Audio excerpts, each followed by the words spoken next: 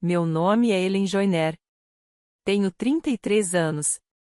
Na véspera de Natal de 2025, dirigi por 6 horas através de uma forte nevasca na Pensilvânia para chegar em casa. Quando entrei pela porta, minha mãe nem perguntou se eu tinha chegado bem. Ela olhou para o meu casaco e disse: não entre na sala de jantar. Vá sentar no cantinho do café da manhã com as crianças. O namorado da sua irmã vai chegar a qualquer momento e eu não vou deixar você nos envergonhar hoje à noite. Então, aos 33 anos, com um doutorado, uma carreira na Filadélfia administrando 180 milhões de dólares e minha filha de 6 anos segurando minha mão, eu fui mandada para uma mesa dobrável de cartas coberta com uma toalha plástica de bonecos de neve. Minha filha Emily sentou entre um primo de 7 anos e uma cadeirinha elevada. Ela olhou para mim com aqueles grandes olhos castanhos e sussurrou: mamãe, por que a vovó sempre faz a gente sentar aqui? Eu não tinha resposta. Enquanto isso, minha mãe continuava alisando os guardanapos de linho na sala de jantar como se estivesse preparando tudo para a realeza. Então a campainha tocou. Minha irmã abriu a porta. Um homem de terno cinza entrou, me viu e ficou pálido na mesma hora. A mão dele se apoiou no batente da porta. O que ninguém ali sabia era que ele vinha trocando mensagens comigo havia 2 meses. Também não sabiam que a carreira dele estava literalmente nas minhas mãos. E muito menos que minha mãe estava escondendo a verdade de todos nós. Se você já foi o filho invisível da família, já deixa um like agora, porque o que aconteceu depois foi algo que ninguém naquela casa estava preparado para ver. Deixa eu voltar um pouco e explicar como chegamos a esse ponto. O cantinho do café da manhã fica a uns 4 metros da sala de jantar. Perto o suficiente para ver tudo. Perto o suficiente para ouvir tudo. Mas longe o bastante para deixar bem claro que nós não pertencíamos àquele lugar. A mesa da sala de jantar estava posta para 8 pessoas. A porcelana Lenox que minha mãe só tira do armário em ocasiões especiais. Taças de cristal Waterford, 3 tamanhos diferentes para cada pessoa. Talheres de prata que ela tinha passado a manhã inteira polindo. Guardanapos de linho branco presos em anéis de prata. No centro da mesa, um arranjo de rosas brancas da floricultura Morrisons que custou $120. Eu sei porque vi o recibo no balcão da cozinha. Já no cantinho do café da manhã havia apenas uma mesa dobrável comprada na Target. Uma toalha plástica com desenhos de bonecos de neve que ainda tinha uma mancha de molho desde o dia de ação de graças. Pratos de papel, copos de plástico com princesas da Disney para as crianças. Uma caixa com 24 lápis de cera da Crayola. Meu primo Jake, de 7 anos. Minha prima Emma, de 5, presa na cadeirinha. Minha filha Emily, de 6. E eu. Emily sentou ao lado de Jake, olhou ao redor por alguns segundos e depois levantou os olhos para mim.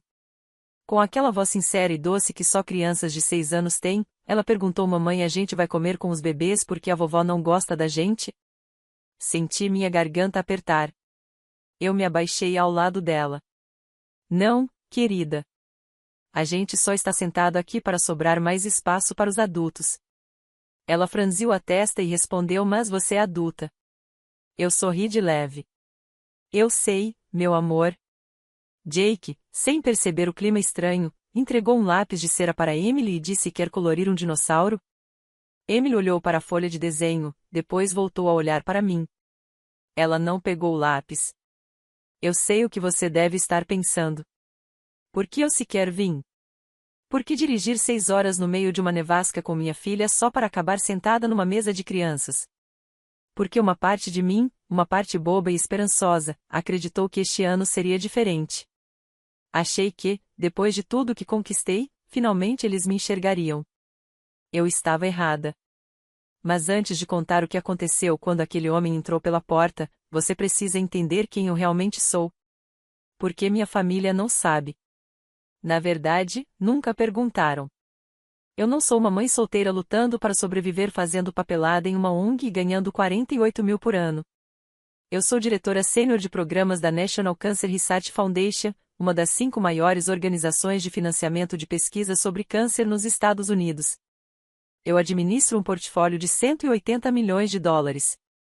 Supervisiono o financiamento de pesquisas contra o câncer em todo o país.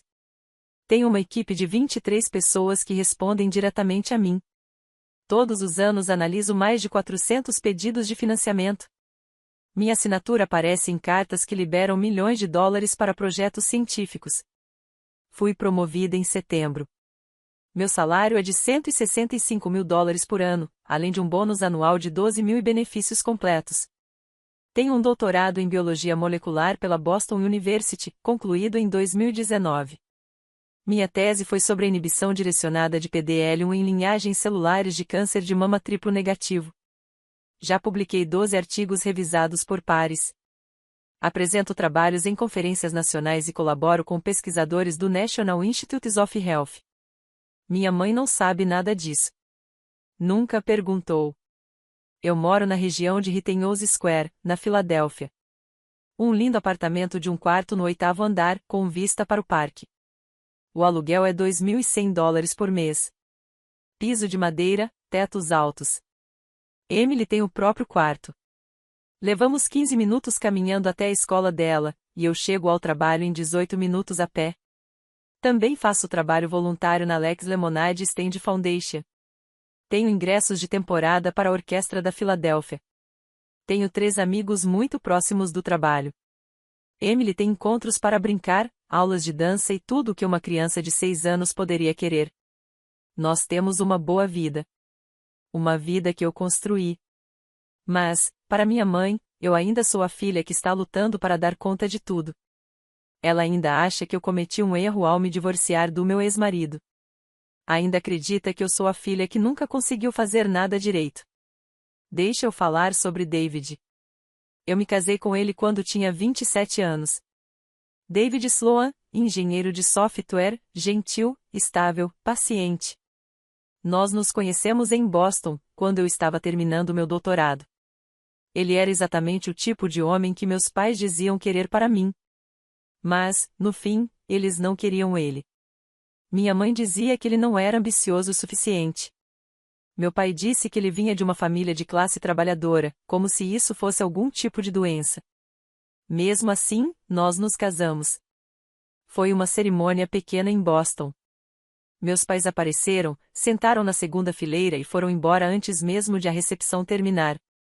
Minha mãe disse que estava com enxaqueca.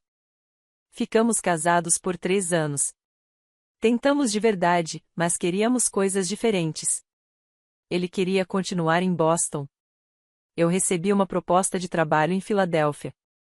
Ele não queria ter filhos imediatamente. Eu queria. Aos poucos fomos nos afastando. Às vezes simplesmente acontece. Quando engravidei da Emily, em 2018, eu e David já estávamos conversando sobre separação. Mesmo assim decidimos tentar fazer dar certo. Durante um ano, nós realmente tentamos. Mas quando Emily completou 1 ano, nós dois já sabíamos que o casamento tinha chegado ao fim.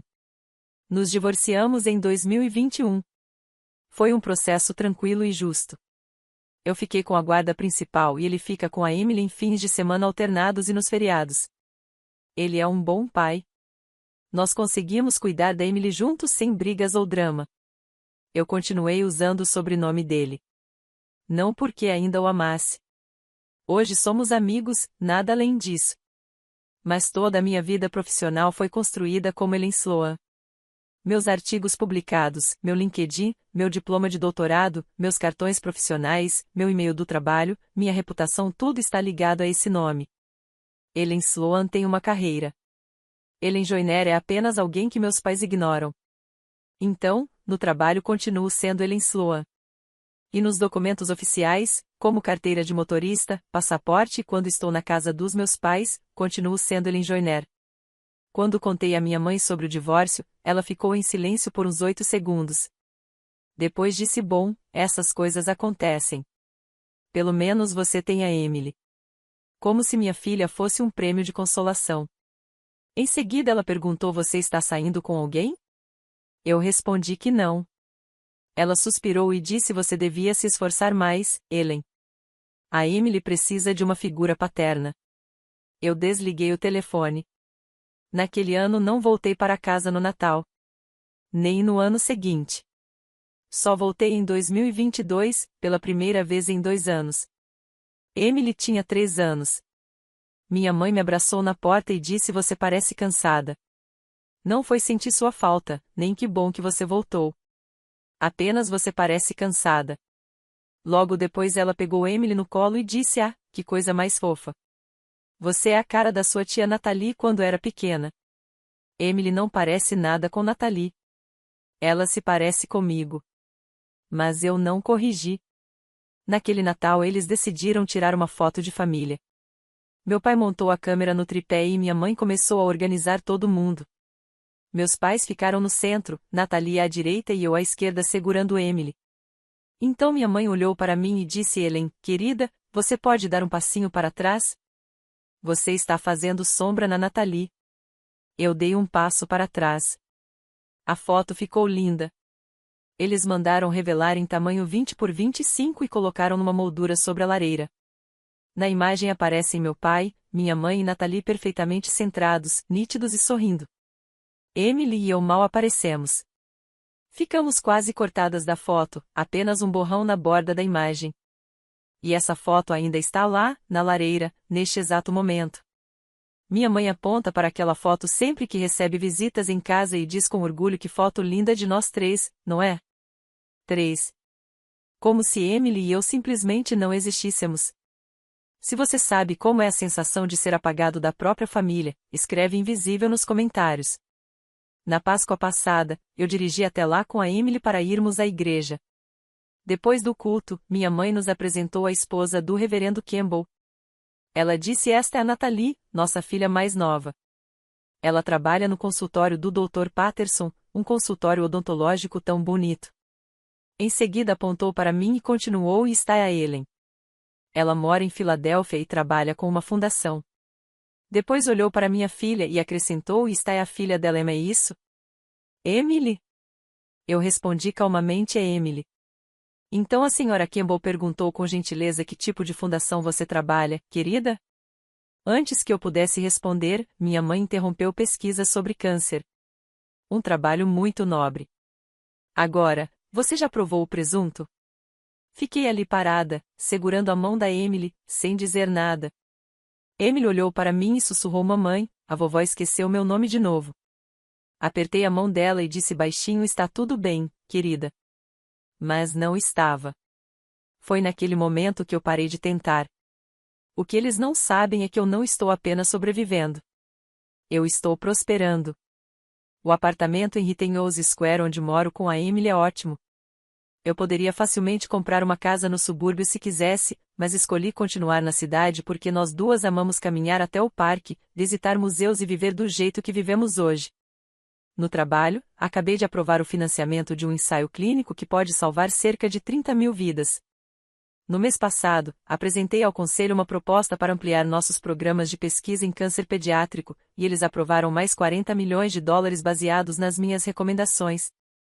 Eu sou respeitada na minha área, recebo convites para falar em conferências, pesquisadores me ligam diretamente para discutir projetos, e eu oriento jovens cientistas que estão começando. Todos os dias tomo decisões que podem mudar a vida de milhares de pessoas. Mesmo assim, na cabeça da minha mãe, eu ainda sou apenas uma mãe solteira lutando para sobreviver fazendo trabalho administrativo em uma instituição de caridade. E eu deixei que ela continuasse acreditando nisso porque, há muito tempo, parei de buscar a aprovação dela. Pelo menos até esta noite. Porque, 2 semanas atrás, minha irmã Nathalie me ligou toda animada e disse: "Ellen, tenho uma notícia incrível. Vou levar alguém para conhecer a família no Natal. O nome dele é Andrew. Andrew Brennan. Ele é médico, oncologista. Mamãe e papai vão adorar." No mesmo instante meu estômago afundou, porque eu conhecia esse nome. Andrew Brennan. Eu o conheci em 15 de outubro, na recepção anual de doadores da NCRF, no Centro de Convenções da Filadélfia. É o maior evento do nosso ano, com cerca de 340 convidados entre doadores, pesquisadores, médicos, membros do conselho e funcionários. Eu estava lá representando a equipe, usando um vestido azul marinho e um crachá que dizia Ellen Sloan, Ph.D., diretora sênior de programas, NCRF. Andrew estava lá como convidado através da rede de oncologia da Pensilvânia. Ele usava um terno azul escuro, gravata cinza, era alto, elegante e tinha aquela postura confiante de quem está acostumado ao ambiente profissional. Ele se aproximou de mim por volta das 7h20 da noite, perto da mesa de sobremesas, apertou minha mão com firmeza, olhou direto nos meus olhos e disse: Dr. Andrew Brennan, oncologista do Lancaster General Hospital. Ouvi coisas ótimas sobre o trabalho da fundação. Conversamos por 11 minutos sobre avanços em imunoterapia, sobre os desafios de financiar ensaios clínicos e sobre terapias combinadas para melanoma metastático. Ele era charmoso, articulado, fazia perguntas inteligentes, mas havia algo calculado em seu jeito, como se estivesse me entrevistando, como se cada pergunta tivesse um propósito. No final da conversa, pediu meu cartão de visitas. Entreguei-lhe um papel branco, acabamento fosco, logotipo da NCRF no canto. Ellen Sloan, PhD, diretora sênior de programas, National Cancer Research Foundation, com meu e-mail e telefone direto. Ele olhou, sorriu, disse: diretora sênior de programas. Impressionante. Você deve ter muita influência sobre quais projetos recebem financiamento. Mantive a voz neutra e respondi que faço parte de um processo de análise maior, muito colaborativo. Ele assentiu, mas algo nos olhos dele me dizia que ele entendia exatamente o que eu fazia. Agradeceu, apertou minha mão novamente e disse que foi um prazer me conhecer. Achei que era só isso, mas no dia seguinte recebi uma mensagem: Ellen, foi maravilhoso te conhecer ontem à noite. Adoraria continuar nossa conversa tomando um café. Você tem algum tempo livre esta semana? Não reconheci o número, até ver a assinatura Andrew Brennan, MD. Esperei 3 horas antes de responder, de forma profissional e educada. Obrigada, Andrew. Estou sobrecarregada com as avaliações de fim de ano, mas agradeço o convite. Um não suave. Ele enviou outra mensagem 4 dias depois: sei que você está ocupada, mas se surgir uma folga na sua agenda, adoraria te levar para jantar. Sem falar de trabalho, só boa conversa. Não respondi, mas fiz algo que provavelmente não deveria. Entrei no nosso banco de dados e procurei pelo nome dele. Lá estava a proposta de financiamento submetida em 28 de setembro, Lancaster General Hospital, Departamento de Hematologia e Oncologia. Investigador principal Andrew Brennan, MD. Valor $3,2 milhões. Ensaio clínico de fase 2 combinando pembrolizumab e drafanib para melanoma metastático com mutação BRF. Estava na minha fila de análise e, de repente, tudo fazia sentido. Ele tinha pesquisado sobre mim. Sabia que eu era diretora sênior de programas. Sabia que eu gerenciava o financiamento em hematologia e oncologia. Abordou-me de forma deliberada. Aquela mensagem não era apenas amigável, era estratégica. Fiquei olhando para o telefone, sentindo um frio na espinha, porque agora eu tinha um conflito de interesses grande. Segundo a política da NCRF e as diretrizes do NIH, eu precisaria divulgar imediatamente e me afastar de qualquer análise de financiamento em que tivesse relação pessoal com o investigador principal, mesmo que fosse potencial. Mas eu não sabia o quão sério Andrew estava. Talvez ele estivesse apenas sendo simpático. Talvez eu estivesse pensando demais. Então não respondi e não registrei nenhuma divulgação. Disse a mim mesma que lidaria com isso se virasse um problema. Mas ele continuou mandando mensagens. Em 2 de novembro: espero que isso não pareça ousado demais, mas realmente gostei da nossa conversa. Que tal um café? Só 30 minutos. 10 de novembro. Ainda pensando na nossa conversa sobre a terapia CAR-T, adoraria ouvir mais sobre suas ideias durante um almoço. 18 de novembro. Vou estar em Filadélfia na próxima semana para uma conferência. Existe alguma chance de você estar livre para jantar? 22 de novembro, véspera de Ação de Graças. Sei que você está ocupada, mas não consigo parar de pensar na nossa conversa na recepção. Só um café. Que tal? Cada mensagem era educada, quase profissional, mas persistente. Respondi aquela última: Andrew, agradeço sua persistência, mas minha agenda está cheia até o fim do ano. Tenha um ótimo dia de Ação de Graças. Outro não suave. Ele respondeu imediatamente: entendido. Espero que você tenha um feriado maravilhoso com sua família. Não respondi. 2 dias depois, Natalie me ligou: Ellen, preciso te contar uma coisa. Conheci alguém. O nome dele é Andrew Brennan. Ele é oncologista no Lancaster General. Estamos saindo há 3 semanas e é incrível. Ele é tão inteligente e gentil, e a mamãe vai surtar quando conhecê-lo. Minhas mãos ficaram geladas. Andrew Brennan. Sim. Você o conhece? Sentei no sofá, tentando processar. Eu o conheci brevemente em um evento de trabalho. Meu Deus, que coincidência! Ele comentou que foi a um evento de pesquisa sobre câncer em Philly. Era você? Sim. Conversamos por alguns minutos. Ele é incrível, Ellen. Sério, acho que pode ser algo sério. Vou levá-lo para casa no Natal. Você vai adorar. Eu disse as palavras como um robô. Que ótimo, Nathalie. Fico feliz por você. Desliguei o telefone e fiquei tentando processar tudo o que acabará de ouvir. Andrew Brennan, o homem que me mandava mensagens há 6 semanas me convidando para sair, o homem cujo financiamento de 3,2 milhões de dólares estava na minha fila de análise, o homem que claramente pesquisou sobre minha posição e me abordou estrategicamente, estava namorando minha irmã. E ele não fazia ideia de que éramos parentes, porque o sobrenome da Nathalie é Joyner. O meu profissionalmente é Sloan, porque minha mãe nunca fala realmente sobre mim. Quando alguém pergunta, ela diz apenas que ele mora em Filadélfia, trabalha em uma ONG e tem uma filha, vago, indiferente, como se eu fosse uma ideia secundária.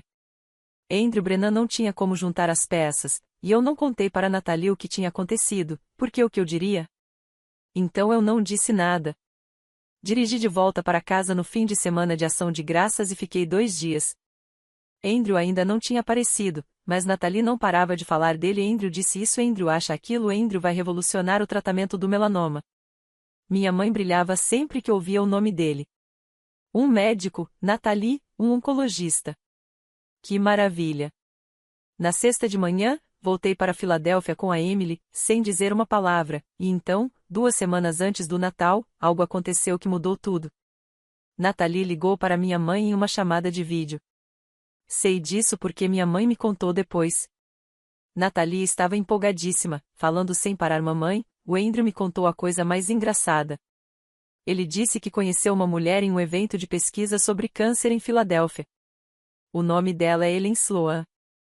Ela é diretora sênior de programas ou algo assim. Ele disse que tentou convidá-la para um café algumas vezes, mas ela sempre respondia que estava ocupada demais. Ele achava ela realmente impressionante.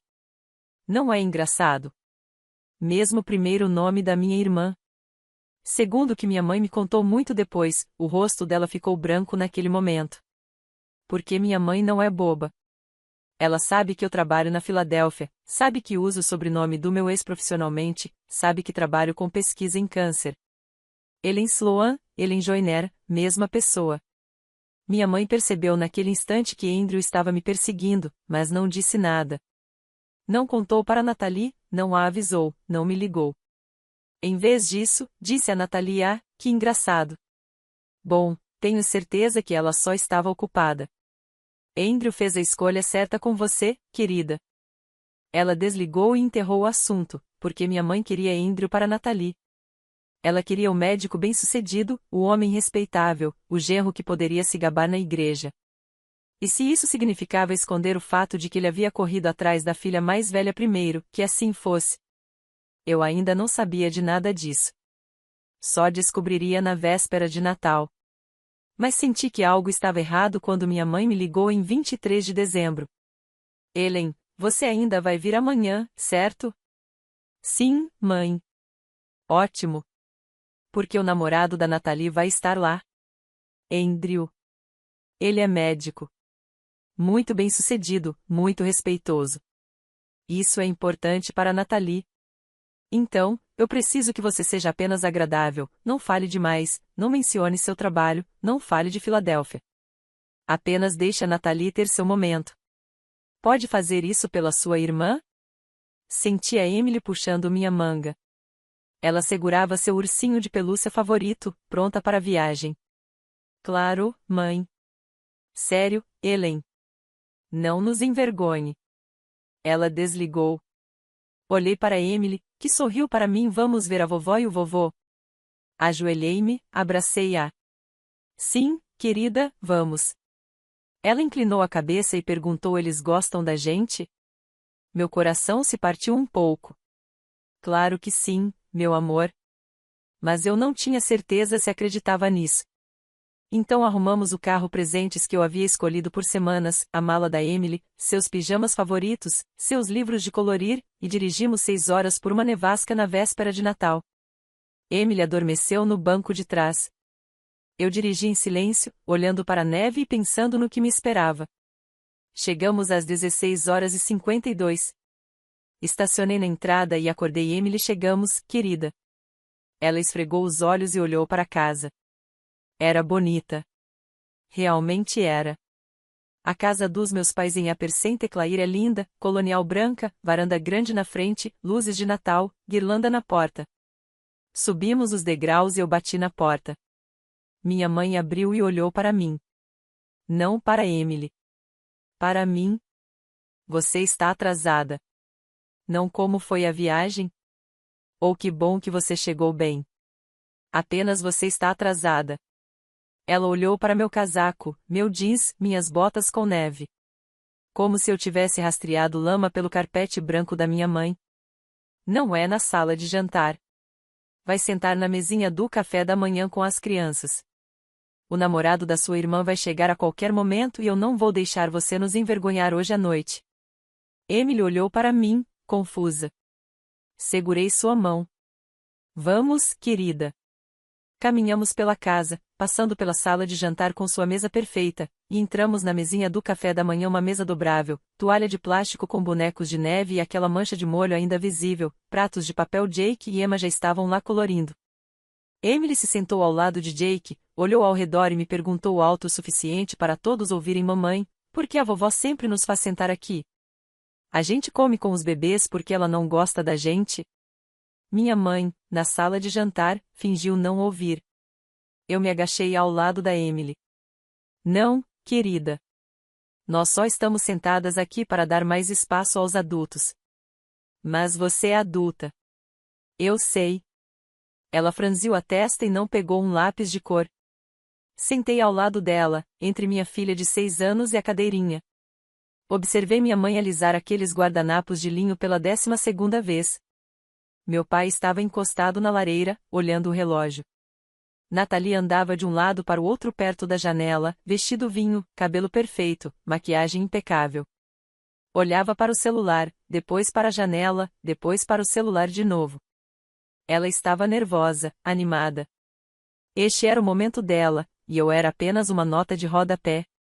A irmã que não importava, a mulher na mesa das crianças. A campainha tocou exatamente às 5.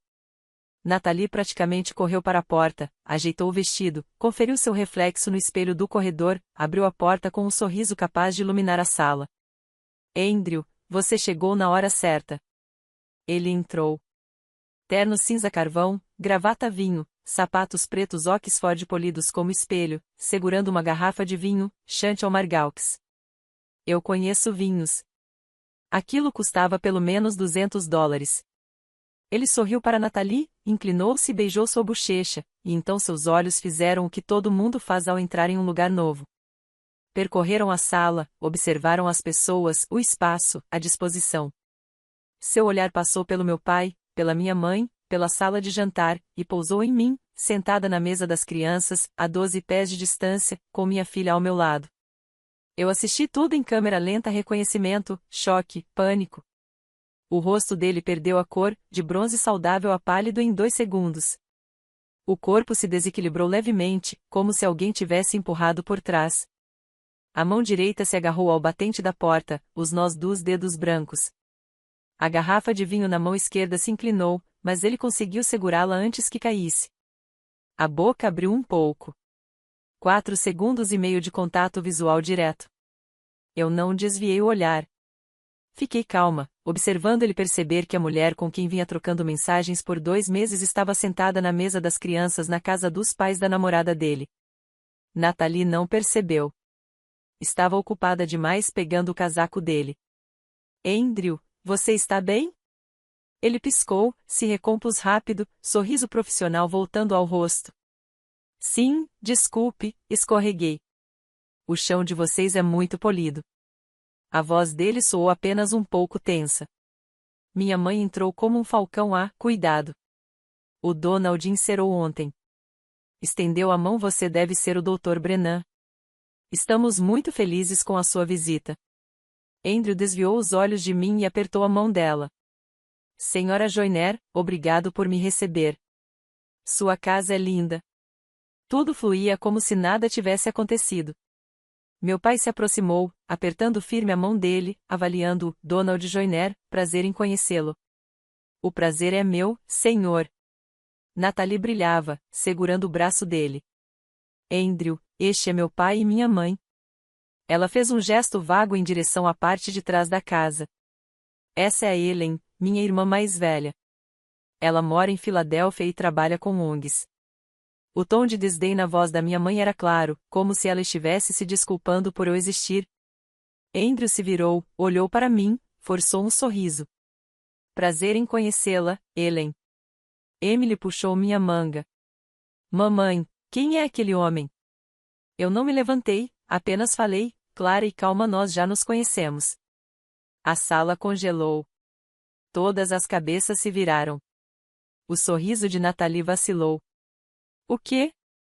Os olhos da minha mãe se prenderam em mim como um chicote, um aviso afiado. O rosto de Andrew ficou pálido de novo. Mantive a voz serena. Nos conhecemos em uma conferência em outubro, na recepção de doadores da NCRF em Filadélfia. O maxilar de Andrew se fechou. Ele olhou para Natalie, depois de volta para mim. Ah, é certo. Sim, eu não percebi que vocês eram parentes. Natalie riu nervosa. Oi, que coincidência. Minha mãe forçou um tom alegre. Não é adorável? Agora, Andrew, vamos acomodá-lo. O jantar está quase pronto. Ela o guiou em direção à sala de jantar. Ele caminhou rígido, sem olhar para trás. Natalie ficou parada por um instante, olhando para mim, confusa. Você não mencionou que o conhecia. Dei de ombros. Não surgiu no momento. Ela franziu a testa, mas minha mãe chamou pelo nome dela e ela saiu apressada. Emily olhou para mim. Mamãe, você conhece aquele homem? Sim, querida. Um pouco. Por que ele parecia assustado quando te viu? Crianças veem tudo. Alisei seu cabelo. Não sei, meu amor. Que tal você colorir com o Jake? Ela pegou um lápis de cor, mas continuava olhando em direção à sala de jantar. O jantar foi servido às 18h15. Os adultos na mesa principal começaram primeiro. Minha mãe carregava travessas da cozinha para o assado do mercado do Cum, presunto glaciado, purê de batatas, caçarola de vagem, molho de cranberry, pãezinhos frescos. A sala de jantar parecia uma revista porcelana Lenox, cristais Waterford, 3 taças de vinho por lugar, talheres de prata. Andrew sentou no lugar de honra, à direita da minha mãe, em frente a Natalie, com o reverendo Campbell e sua esposa. Tio Jack e tia Christine observavam, todos sorrindo. Ninguém veio servir a gente na mesinha do café da manhã. Levantei, fui até o buffet na cozinha, preparei um prato para Emily peru, purê de batatas, um pãozinho, voltei e depois fiz os pratos para Jake e Emma. Ninguém ofereceu ajuda. Da sala de jantar, risadas, a voz da minha mãe, brilhante e teatral. Andrew, pegue mais presunto, por favor. Donald cortou ele pessoalmente esta manhã. A voz de Andrew, calorosa. Está delicioso, senhora Joyner. Tudo está maravilhoso. O reverendo Campbell fazia perguntas. Conte-nos sobre sua prática, Dr. Brennan. Andrew respondeu com elegância, humilde mas confiante. Tenho a sorte de trabalhar com uma equipe incrível no Lancaster General. Estamos explorando terapias combinadas para melanoma metastático, tentando tornar a imunoterapia mais eficaz ao combiná-la com medicamentos direcionados. Minha mãe, o reverendo, como é importante. Trabalho tão vital. Cortei o peru da Emily em pedaços pequenos. Ela comia silenciosa, de vez em quando olhava para a sala de jantar, depois voltava para mim. Mamãe, por que você não se senta com os adultos? Porque a vovó quis que ficássemos aqui, querida. Mas você é adulta, Emma. A menina de 5 anos entrou na conversa. Por que você está sentada com a gente? Olhei para ela, sincera. Essa é uma ótima pergunta, Emma. Da sala de jantar, meu pai perguntou a Andrew sobre sua formação onde fez sua residência. Nathalie, intervindo orgulhosa, ele está sendo modesto. Conte sobre o ensaio clínico que está desenvolvendo, Andrew. Andrew riu, com autoironia ainda está nos estágios iniciais, mas estamos esperançosos.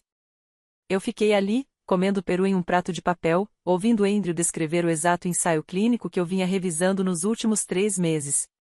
O ensaio sobre o qual ele não sabia que eu tinha autoridade. Emily terminou de comer e empurrou o prato. Mamãe, podemos ir para casa agora? Beijei o topo da sua cabeça logo, querida.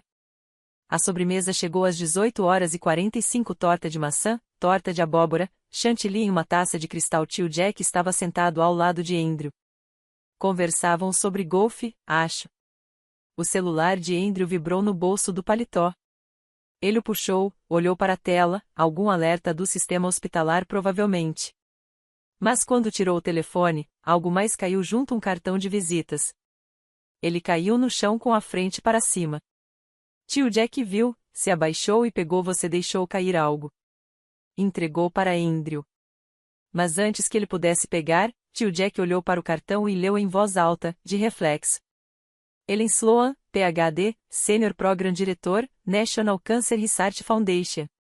Ele fez uma pausa, olhou para o cantinho do café da manhã, para mim. Hã? Ellen, é seu? A sala ficou em silêncio. Todos os garfos pararam. Cada conversa morreu. A mão de Andrew congelou no meio do caminho para pegar o cartão. A cabeça da minha mãe girou rapidamente. Nathalie ficou paralisada. Eu olhei para tio Jack. Calma, sim, é meu. A voz trêmula de Nathalie. Porque você tem o cartão da minha irmã?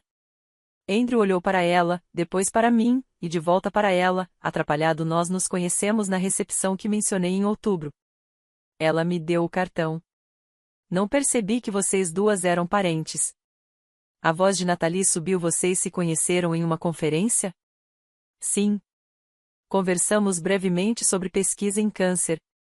Pedi o cartão dela para networking. Não pensei nada demais. Os olhos de Nathalie se estreitaram. Se você não pensou nada, por que ainda está com ele no bolso? Boa pergunta, Nathalie. Andrew gaguejou. Eu guardo muitos cartões de contatos profissionais. Soou fraco. Ele sabia disso. Nathalie se virou para mim. Ellen. Emily puxou minha manga. Mamãe, todo mundo está olhando para você. Apertei sua mão, me levantei e caminhei devagar em direção à mesa da sala de jantar. 8 pares de olhos me seguiam. Tirei o telefone do bolso, desbloqueei, rolei a tela, encontrei as mensagens e comecei a ler. Calma, como se estivesse lendo a previsão do tempo. 16 de outubro. Ellen, foi maravilhoso te conhecer ontem à noite. Adoraria continuar nossa conversa com um café. Você está livre esta semana? Silêncio. Rolei a tela. 2 de novembro. Espero não parecer atrevido, mas gostei muito da nossa conversa. Que tal um café? Só 30 minutos. O rosto de Nathalie ficou branco. Continuei. 22 de novembro. Sei que você está ocupada, mas não consigo parar de pensar na nossa conversa na recepção. Só um café. O que me diz? Olhei para cima. Nathalie olhava para Andrew, tremendo. Você estava pedindo minha irmã em namoro? Andrew se levantou, desesperado. Nathalie, eu não sabia que ela era sua irmã. Juro, seu sobrenome é Joyner. O dela é Sloan. Como eu ia saber? A voz de Nathalie quebrou. Você não sabia que eu tinha uma irmã? Não sabia que eu tinha família? Eu sabia que você tinha família, mas você nunca mencionou. Começamos a namorar em novembro. Você ainda estava mandando mensagem para ela em novembro. Andrew estendeu a mão, ela se afastou. Você sabia de mim quando estava mandando mensagem para ela? Não, juro que não. A vozinha de Emily cortou o silêncio. Mamãe, por que a tia Nathalie está chorando? Olhei para ela. Está tudo bem, querida. Fica aí. Minha mãe se levantou, a voz alta e frágil. Ellen, o que é isso? O que você está fazendo? Me virei para ela. Estou respondendo perguntas, mãe. Ela continuou. Você está fazendo cena na véspera de Natal na frente de todo mundo. Mantive a voz calma. Não estou fazendo nada. Estou dizendo a verdade. O reverendo Campbell se mexeu desconfortável. Sua esposa tocou seu braço. Claramente queriam sair. Tio Jack olhava para Andrew, reavaliando tudo. Meu pai permanecia em silêncio, com a expressão dura. Eu ainda não tinha terminado. Há mais coisas que todos vocês deveriam saber. Todos se viraram para mim. Olhei para Andrew. Conte sobre sua proposta de subsídio. O rosto dele passou de pálido a cinza. Natalie olhou entre nós. Que subsídio? Não esperei a resposta. Andrew submeteu uma proposta à NCRF em setembro. 3,2 milhões de dólares para um ensaio clínico de fase 2 sobre terapia combinada para melanoma metastático. Fiz uma pausa, deixando todos absorverem a informação. Eu sou a diretora sênior que supervisiona essa linha de financiamento. Os olhos de tio Jack se arregalaram. Nossa! Minha mãe suspirou. Ellen, ignorei-a. Isso significa que eu reviso propostas como a do Andrew. Eu faço recomendações sobre quais subsídios devem ser financiados e quais não. Minha opinião tem grande peso junto ao conselho. A voz de Natalie mal se ouviu. Um sussurro. Você está revisando o subsídio dele? Estava, respondi, até perceber que havia um conflito de interesses. Andrew finalmente encontrou a voz, rouca. Ellen, eu não sabia.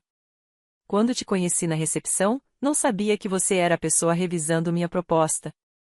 Levantei a sobrancelha. Não sabia? Não, quero dizer, eu sabia que você trabalhava na NCRF, vi seu crachá, mas não sabia que você cuidava especificamente de subsídios de hematologia e oncologia. Seu cartão diz o Senior Program Diretor. Você me perguntou o que eu fazia, eu te disse que gerenciava um grande portfólio. Você é um homem inteligente, Andrew. Você sabia. Ele abriu a boca, fechou.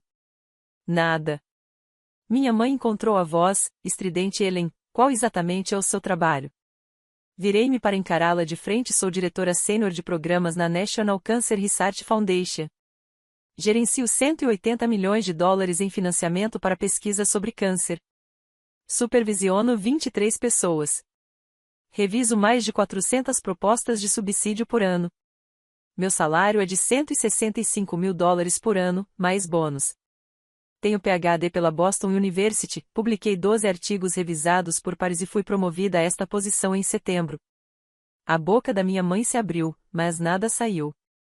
A voz do meu pai, baixa, incrédula. Você nunca nos contou. Olhei para ele. Eu tentei, pai. Mas vocês nunca perguntaram. Minha mãe finalmente encontrou palavras. Mas você disse que trabalha para uma organização sem fins lucrativos. Sim, mãe. A NCRF é uma organização sem fins lucrativos, 501c3. Mas vocês nunca perguntaram, e eu nunca disse que ganhava 165 mil dólares. Não, mãe. Eu não disse porque toda vez que eu tentava falar sobre meu trabalho, vocês mudavam de assunto. Vocês assumiam que eu estava lutando financeiramente. Assumiam que eu não ganhava nada. Nunca perguntaram. O reverendo Campbell pigarreou, tentando aliviar a tensão. Ellen, isso é impressionante. De verdade, seu trabalho deve salvar inúmeras vidas. Assenti para ele. Nós tentamos, reverendo. Tio Jack ainda me encarava. Jesus, Ellen, por que você nunca disse nada? Olhei para ele, depois para minha mãe. Alguém teria escutado? Silêncio. Andrew falou, a voz tremendo. Ellen, de acordo com a política da NCRF, você precisa se afastar da revisão do meu subsídio. Isso é um conflito de interesses agora. Olhei para ele. Eu sei. Já redigi um e-mail de divulgação. Vou protocolar na segunda de manhã. Nunca quis que isso. Não importa o que você quis, Andrew. Importa o que você fez. Nathalie se levantou, a cadeira arranhando o chão. Olhou para Andrew, lágrimas escorrendo. Sai. Nathalie, por favor, saia da minha casa. A voz dela estava firme. Andrew olhou ao redor. Ninguém o defendeu. Ninguém falou. Ele pegou o casaco, caminhou até a porta, parou, olhou para Nathalie. Desculpe. Ela não respondeu. Ele saiu. A porta se fechou. 19h09, a vozinha de Emily, pequena e assustada. Mamãe? Me virei. Ela estava em pé agora, me olhando com os olhos arregalados. Caminhei até ela e me ajoelhei. Está tudo bem, querida. Por que todo mundo estava gritando? Eles não estavam gritando com você, amor. Eu prometo. Nathalie desabou em uma cadeira, soluçando. Levantei-me e caminhei até ela. Ela olhou para mim. Você sabia. Você sabia que ele estava interessado em você. Sentei-me ao lado dela. Eu não sabia que ele estava saindo com você até você me dizer o nome dele em novembro. Eu não fazia ideia. Mas você sabia que ele te mandava mensagens? Sim. E eu dizia não todas as vezes. Você gostava dele? Pensei por um momento. Honestamente? Não. Havia algo nele que parecia errado, como se ele quisesse algo de mim. Ela me encarou. O subsídio dele. Ele queria que o subsídio dele fosse aprovado. Não respondi, porque não sabia se era verdade, mas suspeitava. Ela colocou o rosto nas mãos. Ele te usou para chegar até mim? Talvez. Ou talvez ele realmente gostasse de você e a conexão comigo fosse um bônus. Eu nunca saberia. A voz da minha mãe cortou o ar, tremendo de raiva e algo mais culpa, talvez. Como você pôde fazer isso, Ellen, na véspera de Natal, na frente de todos? Você humilhou sua irmã. Levantei-me e olhei para ela. Eu disse a verdade, mãe. Você deveria ter ficado quieta. Você deveria ter a voz firme do meu pai. Interrompeu Bárbara. Pare. Ela se virou para ele, furiosa. Você está do lado dela. Ele olhou para mim, depois para Nathalie, e depois de volta para minha mãe. Ela salvou Nathalie de cometer um erro terrível. Aquele homem estava mentindo. Melhor ela saber agora. Os olhos da minha mãe se encheram de lágrimas. Você sempre teve ciúmes da sua irmã. Sempre. E foi aí que eu tive o suficiente. Não, mãe. Nunca tive ciúmes. Eu apenas estava cansada de ser invisível. Caminhei até o cabide, peguei minha jaqueta. O casaco da Emily. A voz da minha mãe soou desesperada. Para onde você vai? Para casa. Você não pode ir. É véspera de Natal. Virei-me para encará-la pela última vez. Mãe, você me colocou na mesa das crianças. Disse para eu não te envergonhar. Me apresentou aos seus amigos e esqueceu o nome da minha filha. Você passou 33 anos me tratando como se eu não importasse. Então, sim, eu posso ir embora, e eu vou. Estendi a mão para Emily. Vamos, querida. Estamos indo para casa. Ela pegou minha mão imediatamente. A voz de Nathalie, baixa e quebrada. Ellen, espera. Parei. Ela enxugou os olhos. Obrigada por me contar. Queria que você tivesse me contado antes. Mas obrigada. Assenti. Meu pai se levantou. Ellen, dirijam com cuidado, vocês duas. A voz dele estava suave, talvez pela primeira vez em anos realmente me olhando. Eu vou, pai. Emily e eu saímos para a neve. O frio nos atingiu com força. Meu carro estava coberto por 4 centímetros de neve. Destranquei o porta-malas. Os presentes ainda estavam lá, intactos. Não os tirei. Coloquei Emily na cadeirinha. Ela ficou quieta, processando tudo. Entrei no carro, liguei o motor e fiquei ali esperando o aquecedor ligar. Meu telefone vibrou. Mensagem de Nathalie: desculpa por tudo. Dirija com cuidado. Não respondi ainda. Apenas fiquei ali. A voz de Emily do banco de trás: mamãe, agora vamos para casa? Olhei para ela pelo retrovisor. Sim, querida. Estamos indo para casa, para o nosso verdadeiro lar em Filadélfia. Sim, nosso verdadeiro lar. Ela sorriu timidamente. Bom. Eu gosto mais da nossa casa. Eu também, querida. Eu também. Saí de ré da garagem, sem olhar para trás. A viagem de volta levou 6 horas e meia. A neve estava pior, as estradas vazias. Parei uma vez em um posto de gasolina em Somerset, enchi o tanque, comprei café horrível e joguei fora. Emily dormia no banco de trás. Meu telefone não parava de vibrar. Só olhei por volta das 22h30 ponto de descanso. 3 mensagens da Nathalie: desculpa. Nunca soube o que você fez. Eu deveria ter perguntado. Mamãe não está lidando bem, mas papai disse que ela estava errada sobre você. 2 mensagens da minha mãe: você envergonhou essa família além do reparo. Não sei mais quem você é. Uma do meu pai: cheguem bem em casa, filha.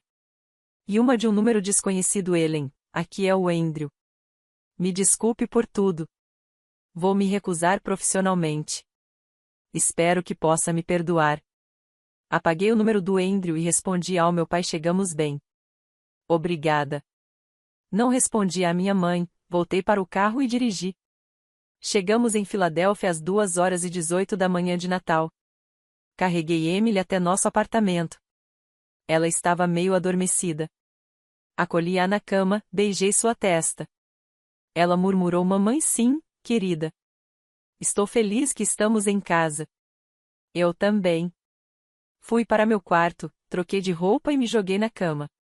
Meu apartamento estava silencioso. Sem enfeites, sem árvore, apenas nós. Pela primeira vez em horas, consegui respirar. Na manhã seguinte, 26 de dezembro, acordei às 7h30. Emily já estava de pé, assistindo desenhos. Preparei o café da manhã: panquecas, seu favorito. Comemos no sofá, quietas, normal. Por volta das 8h30, abri meu laptop e redigi o e-mail que havia prometido. Assunto: conflito de interesse, divulgação, recusa imediata necessária. Dr. Jameson Clark, Chief Science Officer, National Cancer Research Foundation. Prezados, estou escrevendo para divulgar um conflito de interesse relacionado ao subsídio número NCRF 2025-182, P. Andrew Brennan, MD, Lancaster General Hospital.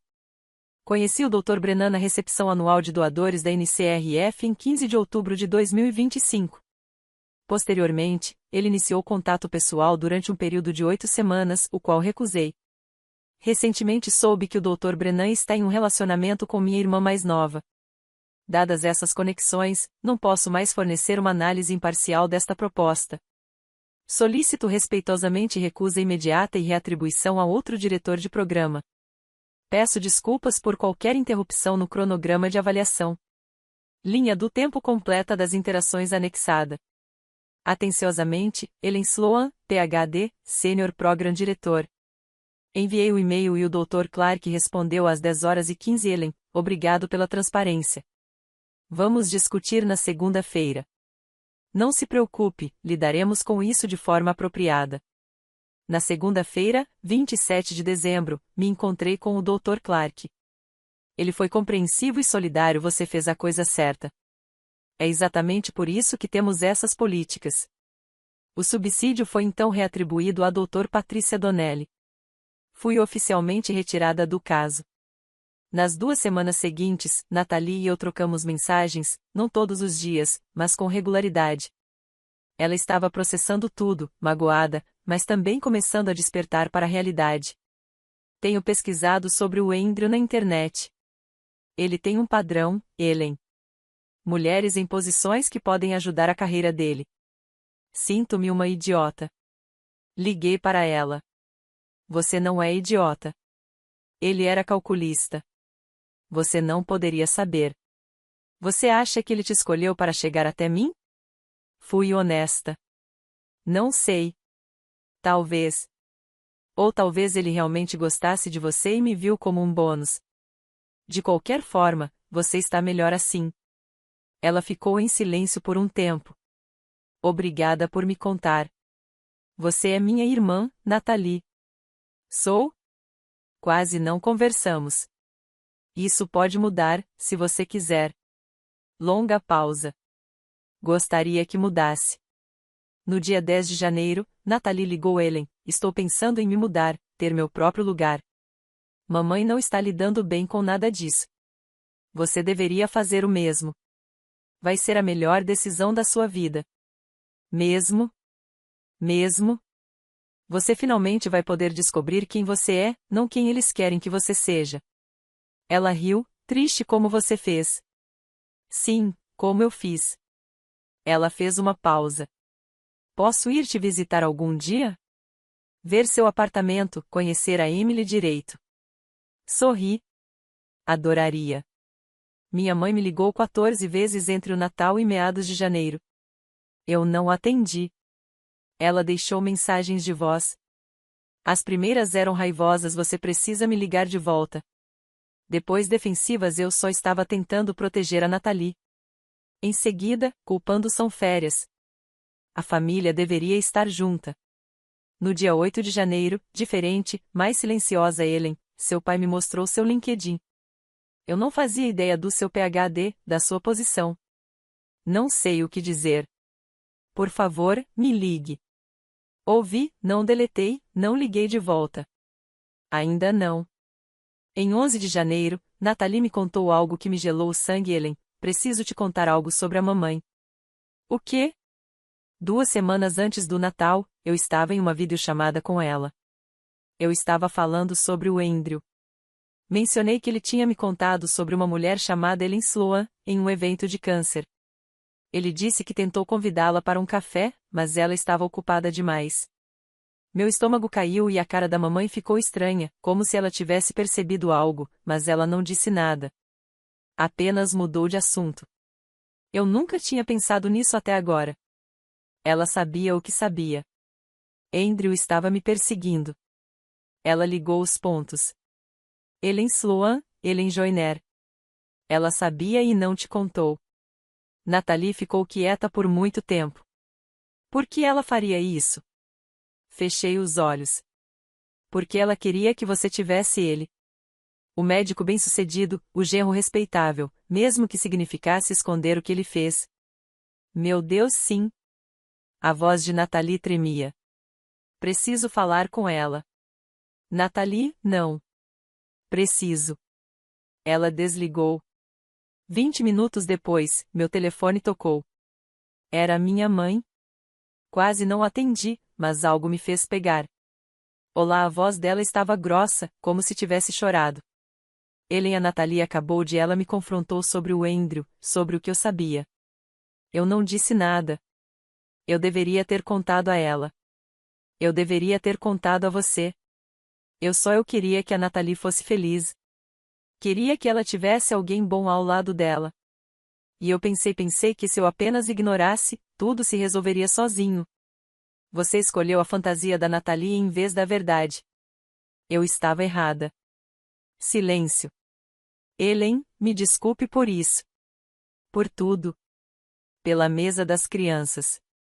Por te menosprezar. Por nunca ter perguntado sobre sua vida, por 33 anos te tratando como se você não importasse. Senti algo quebrar no meu peito. Não sei se desculpa ou é suficiente, mãe. Eu sei, mas é tudo que eu tenho. Ela desligou. No dia 14 de fevereiro, dia dos namorados, ironicamente, a Alice me contou algo no trabalho. Você soube? A bolsa do Brennan foi aprovada. Olhei para cima.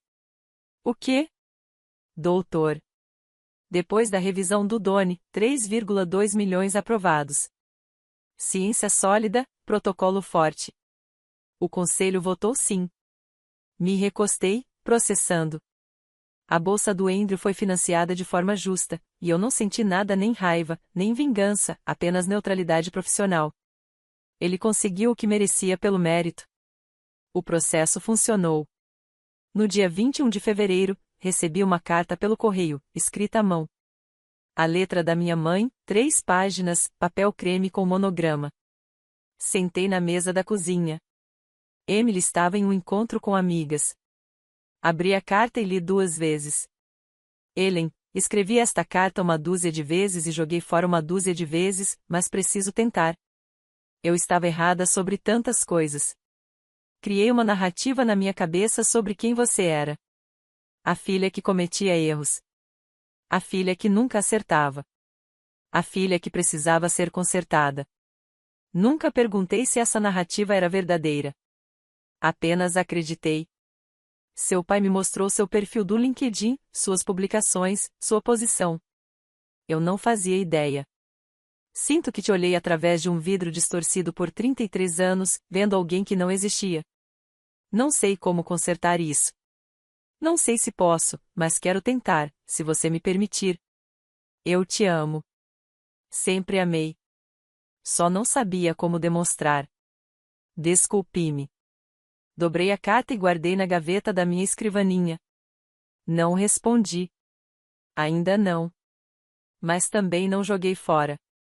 No dia 1º de março, Nathalie veio me visitar. Pela primeira vez no meu apartamento em Filadélfia. Ela entrou, olhou ao redor. Ellen, isso é lindo. Obrigada. Emily correu para ela, tímida no começo, depois se soltando. Você é minha tia Nathalie? Nathalie se agachou. Sou, e você deve ser a Emily. Ouvi tanto sobre você. Elas começaram a colorir juntas enquanto Nathalie e eu conversávamos. Vou me mudar no próximo mês. Achei um lugar em Shadyside, um quarto. Pequeno, mas é meu. Estou orgulhosa de você. A mamãe não está feliz, mas vai se acostumar. Nathalie olhou para Emily, depois para mim. Você fez tudo isso sozinha. Criou ela, construiu sua carreira sem ajuda. Tive ajuda. Amigos, creche, colegas de trabalho bons, mas sim, eu fiz. Não sei se eu conseguiria. Você conseguiria, se precisasse. Ela sorriu. Talvez. Pedimos pizza, assistimos a um filme. Emily adormeceu no sofá. Nathalie olhou para ela. Ela tem sorte de ter você. Eu tenho sorte de ter ela. No dia 15 de março, meu pai me mandou uma mensagem. Sua mãe quer vir visitar, ver a Emily, ver sua vida. Tudo bem para você? Fiquei olhando para a mensagem por um bom tempo. Digitei, apaguei, digitei de novo. Deixe-me pensar. Sem pressa. Não respondi imediatamente porque precisava descobrir o que eu queria, não o que eles queriam, não o que seria mais fácil, mas o que eu queria. E eu ainda não tinha certeza. Mas sabia de uma coisa: eu não precisava mais da validação deles. Não precisava que me vissem para saber que eu existia. Eu tinha construído uma vida, uma boa vida, uma vida da qual me orgulhava. Uma filha que me amava, uma carreira que fazia diferença, amigos que me valorizavam, uma cidade que parecia lar. Não precisava da aprovação da minha mãe. Não precisava do orgulho do meu pai. Mas talvez, só talvez, eu pudesse deixá-los entrar nos meus termos, com meus limites. Não porque eles merecessem, mas porque eu merecia paz. No dia 20 de março, a Emily me fez uma pergunta enquanto eu a colocava para dormir. Mamãe, vamos ver a vovó e o vovô de novo. Afaguei seus cabelos. Talvez, bebê, algum dia. Eles gostam da gente agora? Beijei sua testa. Acho que estão aprendendo. Ela sorriu, sonolenta. Que bom, porque eu gosto mais do nosso apartamento mesmo. Ri. Eu também, querida. Eu também. Apaguei a luz dela, fui até meu quarto, sentei perto da janela. Filadélfia se estendia lá embaixo, luzes piscando, cidade viva. Meu telefone vibrou. Mensagem da Nathalie: assinei o contrato. Mudo dia 1º de abril. Obrigada por me mostrar que era possível. Sorri e respondi orgulhosa de você. Outra mensagem do meu pai: quando você estiver pronta. Sem pressão. Coloquei o celular de lado. Talvez eu os convidasse em abril. Talvez em maio. Talvez nem convidasse. Mas a escolha era minha. E essa liberdade, esse poder de escolher, era tudo.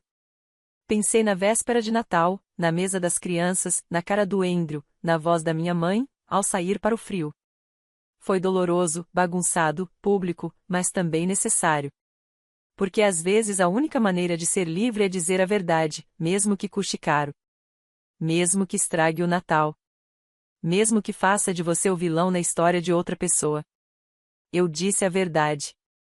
E escolhi a mim mesma.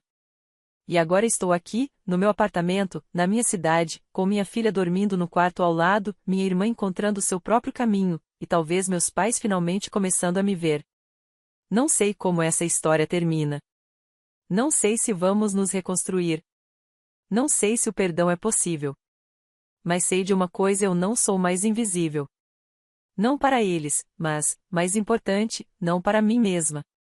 Sou Ellen Sloan, PhD, diretora sênior de programa, mãe solteira, sobrevivente, e eu sou suficiente. Mais que suficiente. Eu sou tudo.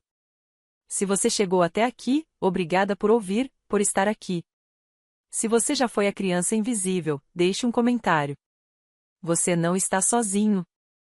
E se já precisou se escolher acima das expectativas da família, se inscreva, porque a sua história também importa. Esta é a minha verdade. Esta é a minha vida. E eu finalmente, sou livre.